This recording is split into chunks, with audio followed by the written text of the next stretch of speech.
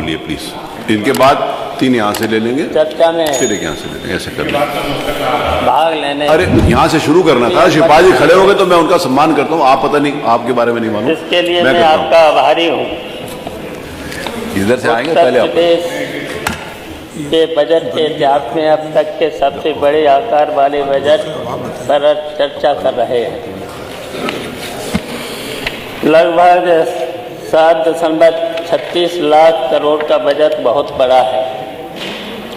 सिर्फ बड़ा होना बड़ी अच्छी बात नहीं है, बजट को लाभकारी, समावेशी और प्रभावशाली होना चाहिए। आज यदि हमारे महान संत कवि कबीरदास जी होते तो इस बजट की तुलना पिछले बजट के परिणामों से करते हुए कहते, बड़ा हुआ तो क्या हुआ, जैसे पेड़ खजूर, पंथी को छाया नहीं, फल लागे अच्छे। मान्यवर, बेकार बेमतलब है यह बजट हजूर। कर्ज बढ़ाएगा, प्रदेश डुबाएगा, छीन गरीबों का नूर। हमारे वित्त मंत्री महोदय ने बजट रखते समय एक शेर पढ़ा था, हौसले दिल में मचलते हैं, आंधियों में चिराग जलते हैं। यही तो पढ़ा था। कोई भी चिराग या दीपक घी व तेल से जलता है। किसान विरोधी नीतियों के कारण घी उत्पादक वर्ग अपना पेट नहीं पाल पा रहा है। तेल पर एक पूंजीपति का कब्जा हो गया है। घी व तेल दोनों गरीबों की पहुंच से दूर जा रहे हैं। गरीब का दीपक अंधेरे में नहीं जल पा रहा है।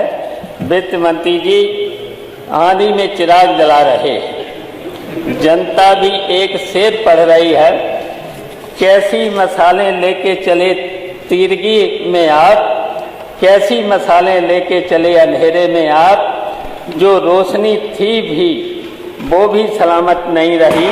हिम्मत से कहो, सच तो बुरा मानते हैं लोग, रो रो के बात कहने की आदत नहीं रही।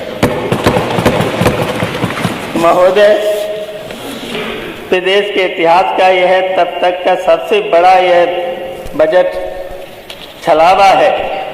आंकड़ों और अफसरों की बाजीगरी है। महोदय, मर्यादा पुरुषोत्तम भगवान राम के प्राण प्रतिष्ठा का आयोजन हुआ, अच्छी बात, लेकिन राम मंदिर तो पड़ाव है। लक्ष्य राम राज्य की स्थापना होना चाहिए। काश आप पूरे प्रदेश को अयोध्या बनाने और पूरे प्रदेश में राम राज लेने का ख्वाब देखने वाला बजट प्रस्तुत करते।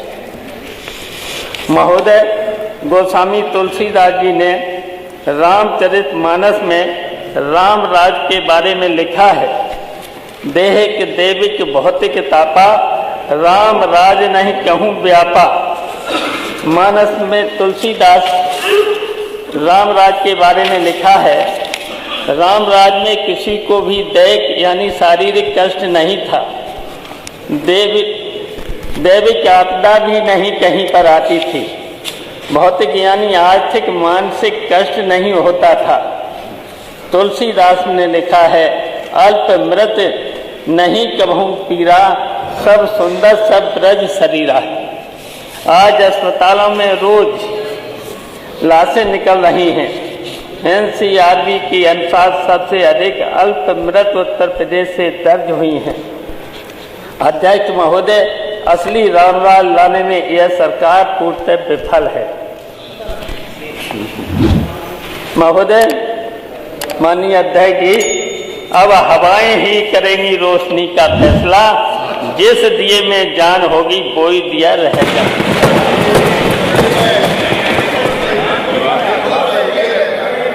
माननीय अध्यक्ष जी, नेता सदन को मैं सुन रहा था, उनका भाषण सिर्फ 2 विषयों पर केंद्रित था, क्योंकि उन्होंने मुझे कई बार कोट किया, इसलिए बोलना अनिवार्य है। पहला, अयोध्या जिसके चौमुखी विकास की गाथा उन्होंने सुनाई।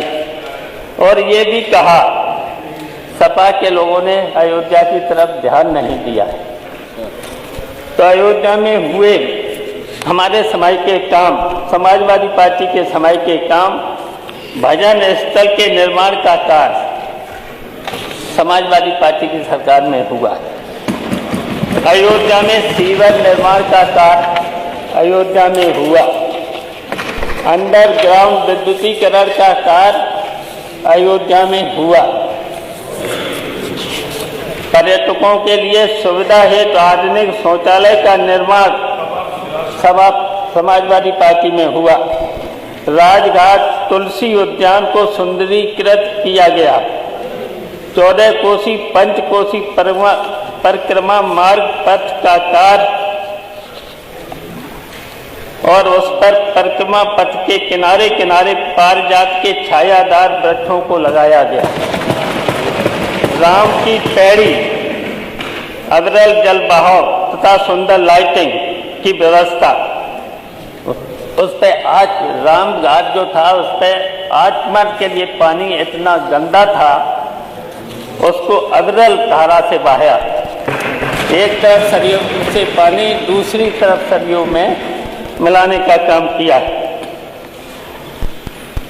सत्संग भवन बसेरा आदि का निर्माण कराया गया। बाईपास से लेकर महोबरा तक मार्ग का उच्चीकरण एवं चौड़ीकरण कराया गया। टेढ़ी बाजार से असरफी भवन के आगे तक सड़क का नवीनीकरण, घाटों पर चेंज रूम का निर्माण कराया गया।